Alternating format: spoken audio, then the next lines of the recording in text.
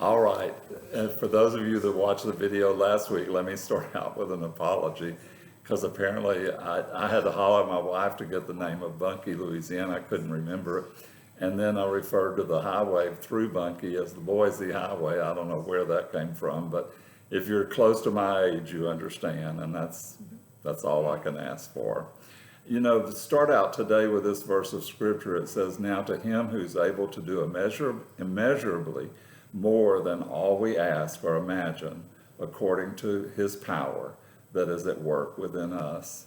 God is at work within us, and regardless of what's going on around us, he's going to do great things. And I hope that you'll claim those promises and allow him to do through you, through your home, through your family, what it is he wants to do to touch the lives of those around you. You know, this COVID time, our time of being withdrawn from other people, when we do see them, they need to see that great power that's within us and what God's using it to do through us in spite of the situation that we're living through. I'm just glad you're here and glad you want to see this, and hope that you'll take that verse of scripture to heart and know that he's able to do immeasurable things in and through your life. All right, today I wanted to tell a story about the baby crying. And this is when we moved to Horseshoe Drive Baptist Church in Alexandria. And we moved there from Arkansas. And when we got to the church, they allowed us to live in the little mission house that was kind of behind the gym. It was a little pink brick house and big house for us. It had 3 bedrooms and 2 bathrooms and living room and a formal living room area. It was just really nice, and we were excited about it. And when we moved there, we were expecting our second child, our daughter Dara, and just first right out of the box, like in the second night we were there, during the night I woke up, I kept hearing this little baby cry. And I thought, well, that's just my mind playing tricks on me because we're about to have a baby. Our son at the time was like almost 2 years old, and this little baby I'm hearing crying is like a newborn baby. And so I'd hear it and I'd try to track it down. I couldn't track it down. I'd go back to bed and I wouldn't hear it. And so this went on for several weeks, and Connie never mentioned hearing it. And so she was at home waiting on this other baby to come. And so I didn't want to scare her or worry her. And so I just never mentioned it to her.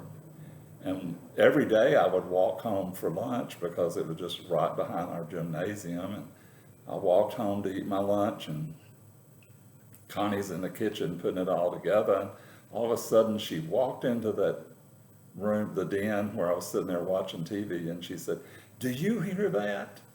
And I said, "Hear what?" You know, and I was hearing the baby cry, but I wasn't going to let on to her. And she said, "That baby crying." And I said, "Well, yeah, I hear it a lot." She said, "I do too.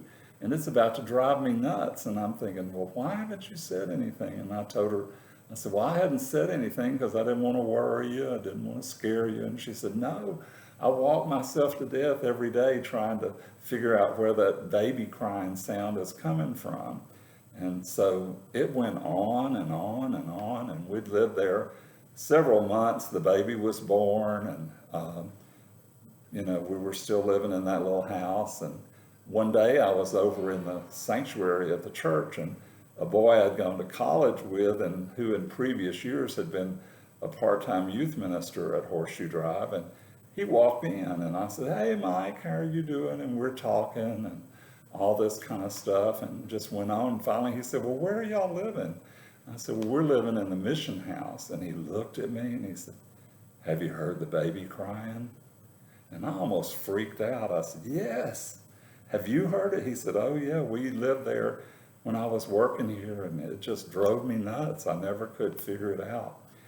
And so, we went on several weeks, and then all of a sudden we were going to go to have Thanksgiving in Atlanta, where Connie's from. And so we drove to Atlanta and got over there, and the youth minister at the church where Connie and her family went there in Watauga, Georgia, Johnny was there, and he had worked at Horseshoe Drive in previous years. He and I had gone to college together, and So we went up to the church and visited with him, and we're standing there talking to him, and finally he said, well, where are y'all living in Ellick? And I said, well, we're living in the mission house behind the gym. And he went, have you heard the baby cry?